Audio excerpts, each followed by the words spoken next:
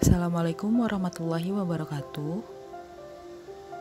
Hai teman-teman semua, kali ini kami akan memaparkan materi ekonomi internasional yang berjudul Perdagangan Internasional Praklasik atau Merkantilis, di mana mata kuliah ini diampu oleh dosen kami yang bernama Bapak Gama Pratama MPD. Dan presentasi kali ini akan dijelaskan oleh Anissa Wibawanti, Ahmad Nurholis, dan Lulu Handayani.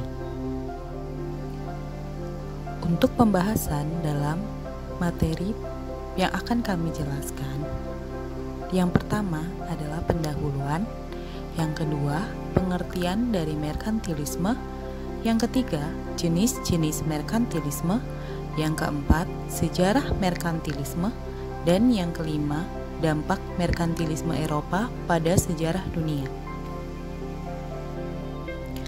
Perdagangan internasional merupakan suatu kegiatan jual beli yang dilakukan oleh satu negara dengan negara lain, atau biasa kita kenal dengan kegiatan ekspor dan kegiatan impor. Negara-negara yang melakukan perdagangan internasional antara lain disebabkan karena dua alasan berikut. Yang pertama, negara-negara yang berdagang karena berbeda satu sama lain. Perbedaan dalam hal ini adalah mengenai kepemilikan sumber daya, baik dalam jenisnya maupun dalam kualitasnya. Yang kedua, negara-negara berdagang satu sama lain dengan tujuan mencari skala ekonomi dalam produksinya. Maksudnya, jika setiap negara hanya menghasilkan sejumlah barang tertentu, maka mereka dapat menghasilkan barang-barang tersebut dengan skala yang lebih besar. Dalam perdagangan internasional, terdapat juga teori mengenai perdagangan internasional.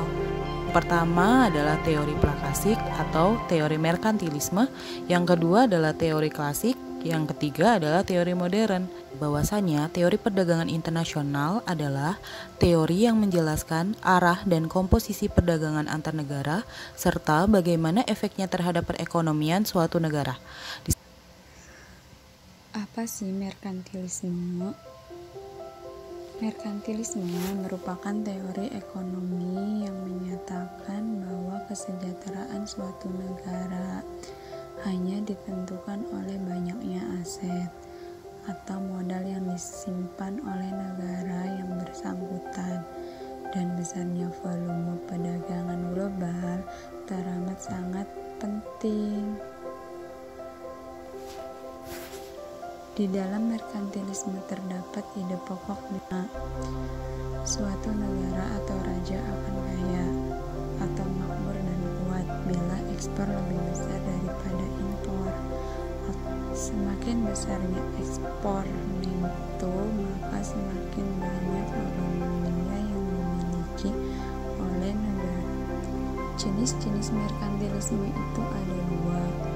Yang pertama, kelompok bullionis. Kelompok ini mengaitkan kemakmuran negara dengan banyaknya logam mulia. Semakin besar stok logam mulia di dalam negeri, semakin makmur, megah dan berkuasa negara tersebut. Dan yang kedua adalah kelompok merkantilis murni.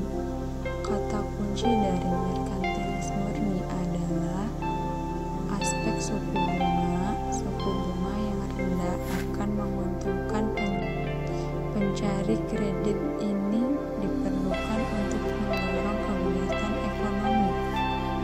Pada penasaran kan dengan sejarah merkantilisme? Baik, akan kita bahas ya teman-teman. Merkantilisme adalah suatu aliran filsafat ekonomi yang tumbuh dan berkembang pesat pada abad ke-16 sampai abad ke-18 di Eropa Barat.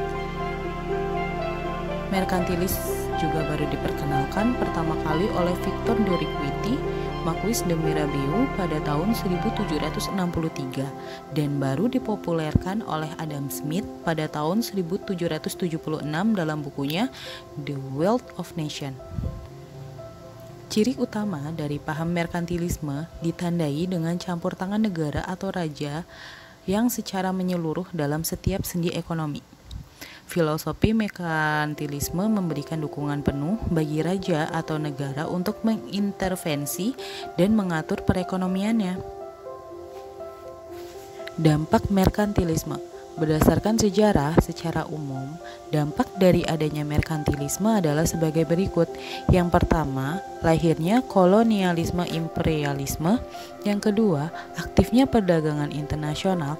Dan yang ketiga, berkembangnya teknologi baru.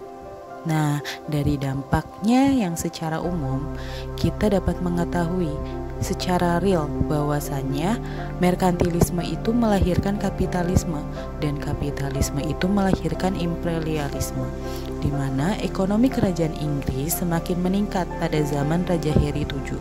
Inggris memperoleh keuntungan besar dari perdagangan luar negerinya. Kemudian, merkantilisme mendorong pemerintah untuk menguasai daerah lain yang akan dimanfaatkan sebagai daerah monopoli perdagangannya. Kesuksesan Inggris memanfaatkan daerah-daerah koloninya sehingga tak heran jika merkantilisme semakin dapat memperluas peperangan antar bangsa dalam rangka memperebutkan daerah-daerah koloni di penjuru dunia. Dengan berkembangnya teknologi, merkantilisme mampu mendukung perubahan bentuk usaha domestik sistem berubah menjadi manufaktur sistem. Dengan demikian, politik ekonomi merkantilisme mendukung berlangsungnya revolusi industri yang berkembang di negara Inggris. Revolusi industri ini kemudian mengantarkan kepada perubahan signifikan dalam sejarah manusia.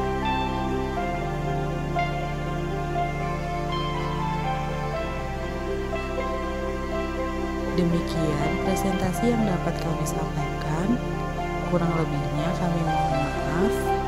Jangan lupa like, komen, dan share videonya.